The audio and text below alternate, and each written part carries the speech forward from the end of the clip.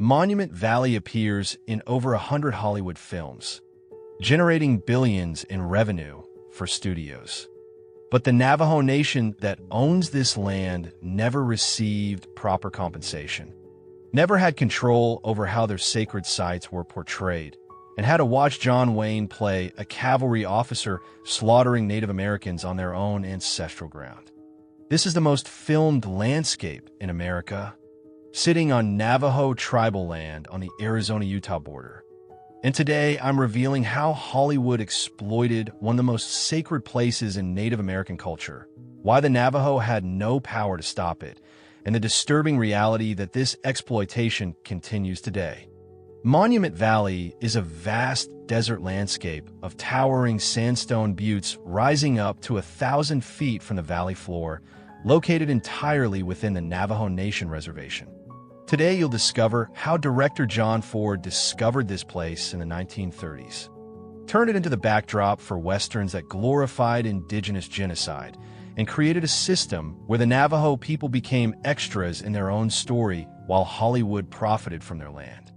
Summer 1938. Hollywood director John Ford drives across the Arizona desert searching for locations to film his next western, Stagecoach. Local trader Harry Golding has been trying for months to convince studios to film in Monument Valley, knowing that movie productions could bring desperately needed money to the impoverished Navajo community. When Ford's car crests the hill and Monument Valley spreads out before him, towering red buttes against endless blue sky, he knows immediately this is what he's been looking for. What he doesn't know, or doesn't care about, is that these formations are sacred to the Navajo people who've lived here for centuries. You're a Navajo family living in Monument Valley when Ford's film crew arrives. Your great-grandparents were forcibly relocated here during the Long Walk, a brutal forced march in the 1860s that killed thousands.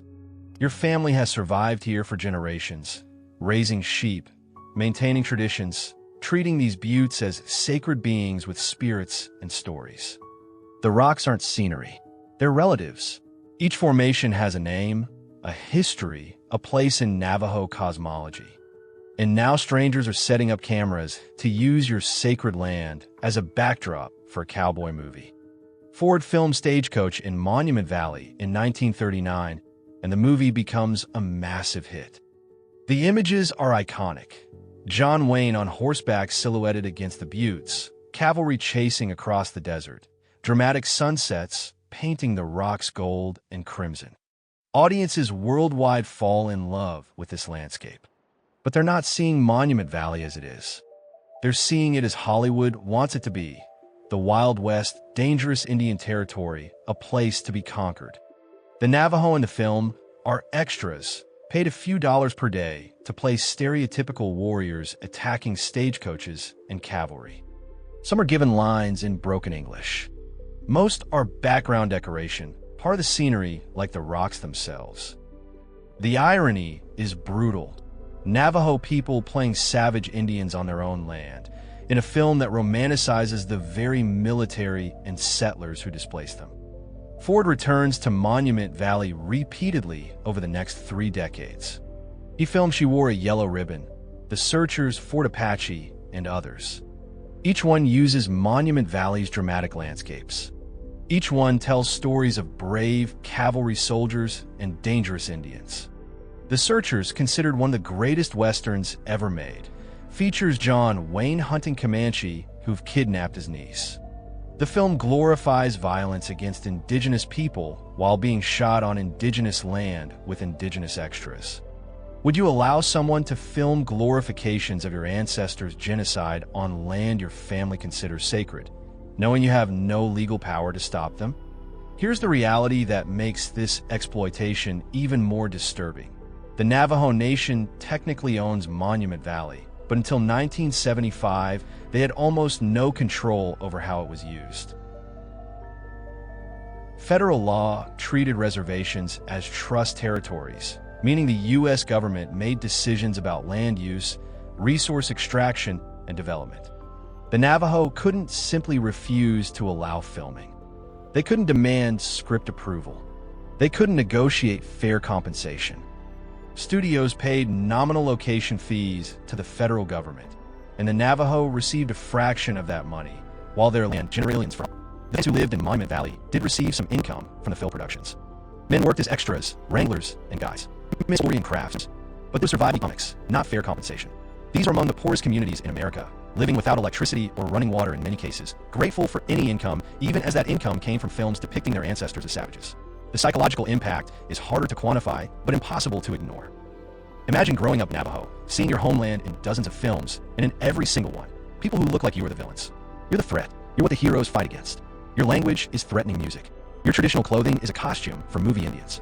Your sacred landscape is reduced to pretty scenery for stories about how civilization conquered the frontier. In 1975, the Navajo Nation established Monument Valley Tribal Park, taking control of tourism and access for the first time. They finally regulate who visited, where they went, what activities were permitted. But by then, the damage was done. Monument Valley's image was permanently linked to Hollywood westerns and mythology of the West. Film productions still come to Monument Valley, but now they negotiate directly with the Navajo Nation and pay substantially higher location fees. The tribe has leverage it didn't have before. But even modern films continue using the landscape in ways that ignore or minimize Navajo culture and history. Monument Valley appears in car commercials, music videos, and superhero movies as a symbol of American wilderness, with no acknowledgement that it's someone's home, someone's sacred space. The Navajo-owned View Hotel now offers tourist rooms with windows framing the iconic buttes. Navajo-led tour companies take visitors into restricted areas of the park, sharing stories and perspectives Hollywood never showed. The tribe has reclaimed some control over the narrative, but they're fighting a century of imagery that portrayed this place and its people in ways designed to entertain, not educate. Tourism brings revenue, but it also brings thousands of visitors who arrive with expectations shaped by movies. They want to see where John Wayne rode. They want the Hollywood version of Monument Valley, not the reality of a living Navajo community trying to preserve culture and manage poverty while surrounded by one of the most photographed landscapes on Earth. Here's the detail that makes this story even more complex. Many Navajo have conflicted feelings about Monument Valley's fame. The movies brought recognition and tourism that provides income for families who desperately need it. Monument Valley is now a symbol of Navajo resilience and cultural survival.